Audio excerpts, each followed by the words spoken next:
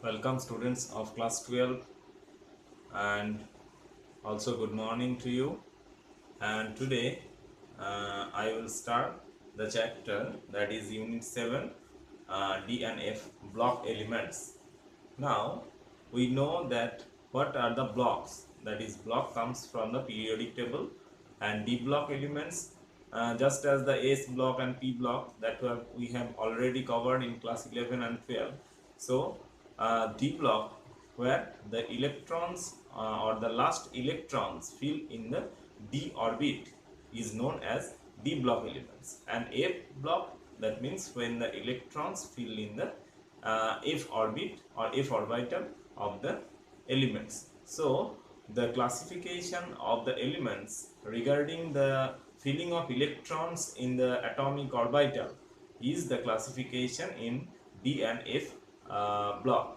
So D block elements, we know that D block or the D orbit have 5 orbital, that is dxy, dyz, dzx, dx square minus y square and dz square. So here the filling capacity or the maximum capacity of electron to fill d orbit is equal to 10. So d orbit has the capacity to fill 10 electrons. So according to the capacity of d orbit, and also the f orbit has the capacity of 14 electrons, there are 10 and 14 elements in the d and f block. So first of all, start with the D block elements. Now D block elements are generally situated in the periodic table from group 3 to group 12. That is group 3 to group 12 from the period that is fourth period. That means after the hydrogen, helium, hydrogen, lithium, sodium, and then the potassium. So from the potassium is the first element of the fourth period, potassium, calcium, and then scandium. So scandium is the first element of the transition series. Now the term transition I will discuss later. Now that is the from group 3 to 12 is known as transition. Group 3 to 12 is known as the D and F block elements. Now D block elements are D block, right? Now so D block, the general electronic configuration for D block elements is equal to n minus 1 D1 to 10 ns1 to 2. It is the general electronic configuration. General electronic configuration of D block elements. So group 3 to 12 are D block element, and n minus 1 D1 to 10 and ns1 to 2 is the electronic configuration of the element. Now just start with scandium 21. So n minus 1, that is 3D 1 and 4s 2. 3d1 4s2, it is the electronic configuration of the scandium. In the same way, scandium, titanium, vanadium, chromium, these are filled up. So the elements of the transition series are, first of all, the fourth period or first transition series.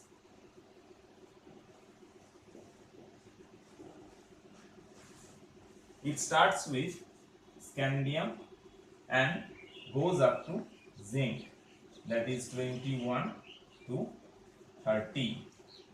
Why this is called transition series? Because there is a term that is electronic upliftment, or when the electron is excited, then it has the capacity to increase the electronic energy and jump from the lower state to the higher energy state. This is known as transition of electron. Now as the D block elements are contained with the capacity of the electronic transition, it is also known as transition series. So the first transition series goes with scandium to zinc. Second transition series, that is the fifth period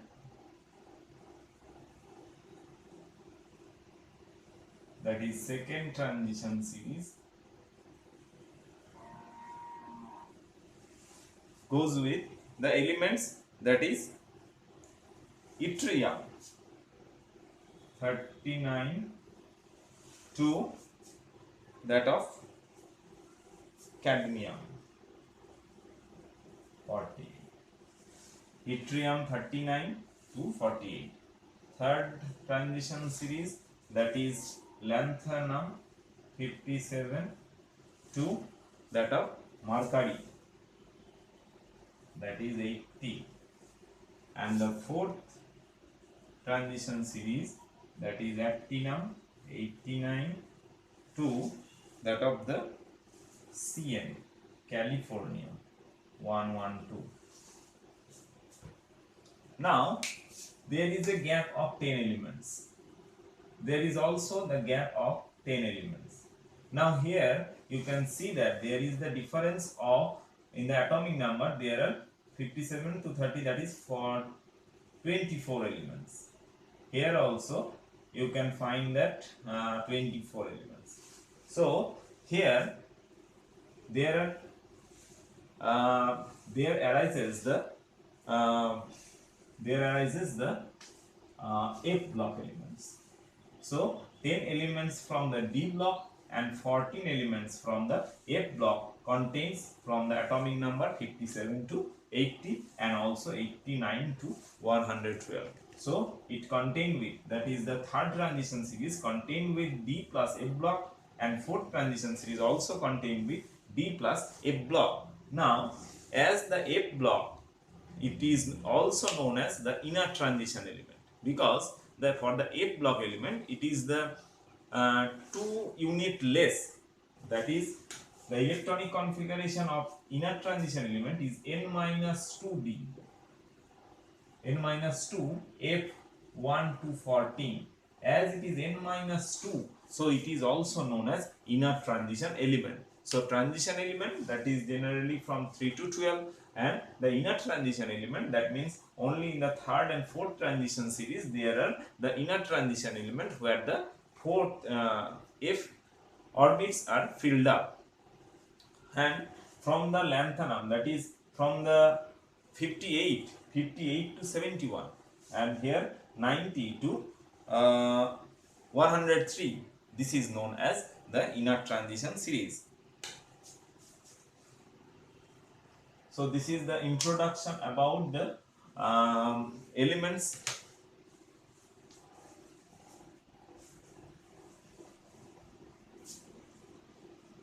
So we know what is D block element and what is F block element, transition and inner transition element, and the atomic number dispersed or the atomic number which is separated the electronic the elements from its group. So the next, that is the structure.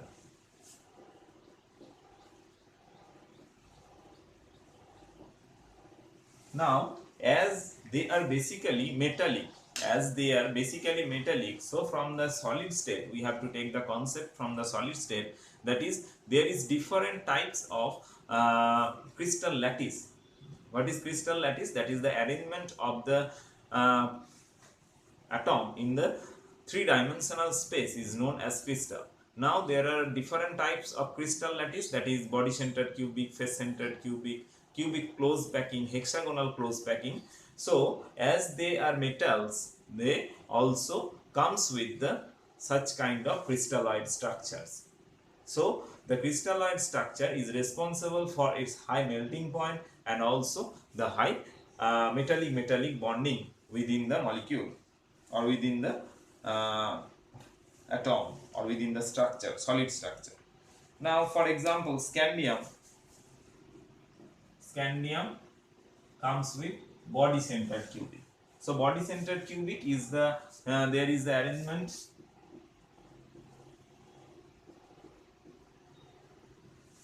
So one scandium atom is present at the center of this hexagon. In the same way, vanadium also comes with body centered cubic. It has also the same kind of structures. Manganese that is hexagonal close backing. Hexagonal close backing, that means here the every corner of the atom or the crystalloid structure contained with the elements and also at the center of the atom. Iron, cobalt, iron also comes with the iron also comes with a body center cubic. So these are the different crystal structure of the transition element. Next point, that is melting point.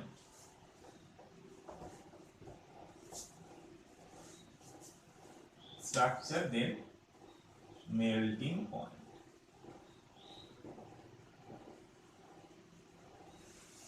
So the melting point of that element, that is D block elements, are higher than that of the previous group.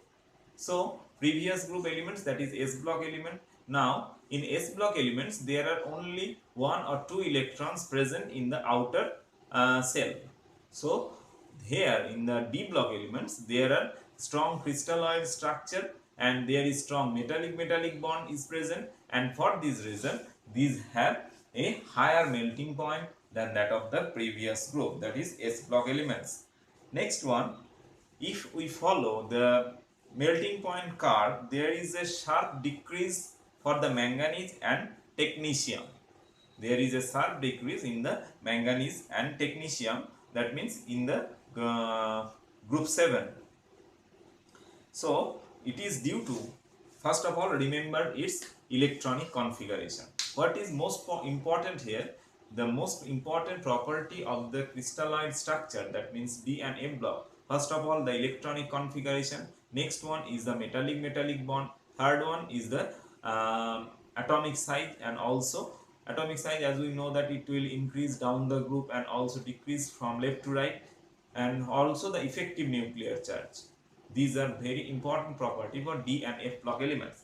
Now the sharp decrease in the manganese and technetium is due to the symmetrical distribution of electrons.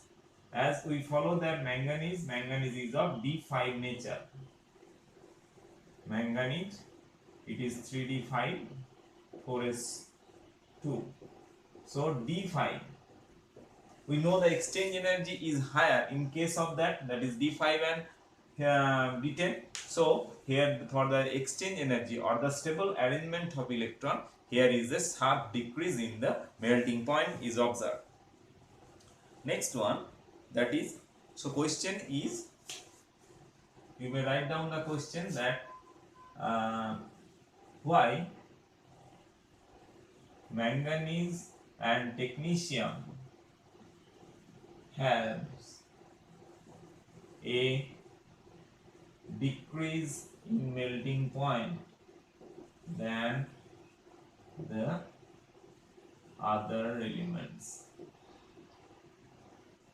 So it should be explained by using the electronic distribution. Next one, transition element are harder than group 1 and 2. That means we know that sodium, potassium can be cut by a knife, but in case of vanadium it cannot be do so. Why? Because in the D block elements there is the interaction between the more than two, that is more than two elements, more than two electrons, and for this reason it is hard in nature, and also the strong metallic bonding. So why the transition element is hard? Transition element are hard than group 1 and 2. Number one, that is more number of electrons in outer orbit is greater, and number 2, number of metallic bond, that is number of metallic bond, not the number of metallic bond, that is strong metallic bond is observed. These two are the reason for the hardness of the transition element than that of the group 1 and 2. So this is all about the melting point. So melting point, that is increasing sharply for the crystalloid structure. Second one, it is for the symmetrical distribution of electron. Magnesium and technetium have a sharp decrease in their melting point. And third one, it is harder than that of the group 1 and 2 elements. Next, enthalpy of atomization. What is enthalpy of atomization? That means from the solid state to the vapor state. Solid state to the vapor state is known as enthalpy of atomization, right? So enthalpy of atomization is the interatomic forces. It is the representation of the interatomic forces. Now, enthalpy change involved in the breaking of the metallic lattice, the crystalloid metal, into atoms. So it is the atomic atomization energy. If the value is high due to the strong metallic bond, the value is high due to the strong metallic bond. Now, come to the next point, that is ionic radius. Ionic radius, if we observe the ionic radius of the first transition series, just follow the data, it is decreasing from the left to right. So here is the concept that with left to right, there the electrons are in the same orbit, that is the 3D orbit, but the atomic number increases, and as there is atomic number increases, so the effective nuclear charge is also increases, and for this reason from left to right there is a decrease in the atomic size. Just follow the example: titanium 2 plus, vanadium 2 plus, chromium 2 plus, manganese 2 plus, iron 2 plus, both are in all are in plus 2 oxidation state, zinc 2 plus.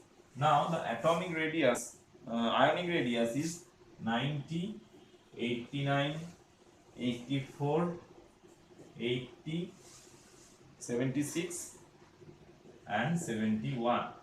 So this is the trend in the atomic radius. It is in the picometer, pm. So here also we observe that from left to right the atomic radius decreases due to, first of all, it is effective nuclear charge. It is due to the effective nuclear charge. Next one, that is the metallic character. All the d block elements generally are have the metallic luster, that is ductility, malleability goes with the d block elements, and the low reactivity of the transition metal is due to low reactivity.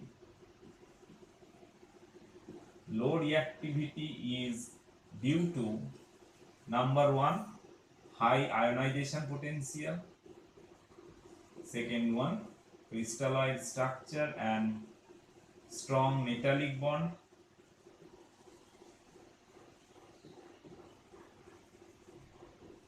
these are the reason for the low reactivity of the transition element. So in this class we have discussed on the introduction to the D and F block elements, is general electronic configuration, transition and inner transition elements, and the melting point, crystal structure of the elements, that means crystalloid structure we have known to it from the solid state. Now enthalpy of atomization, and next one, that is ionic radius, and the concept, that is the effective nuclear charge, metallic bonding, crystalloid structure, and the dependence of these on the explanation to such questions, and also the reason for the low reactivity of the elements of the transition series. On the next class we will discuss on the latter part. Thank you.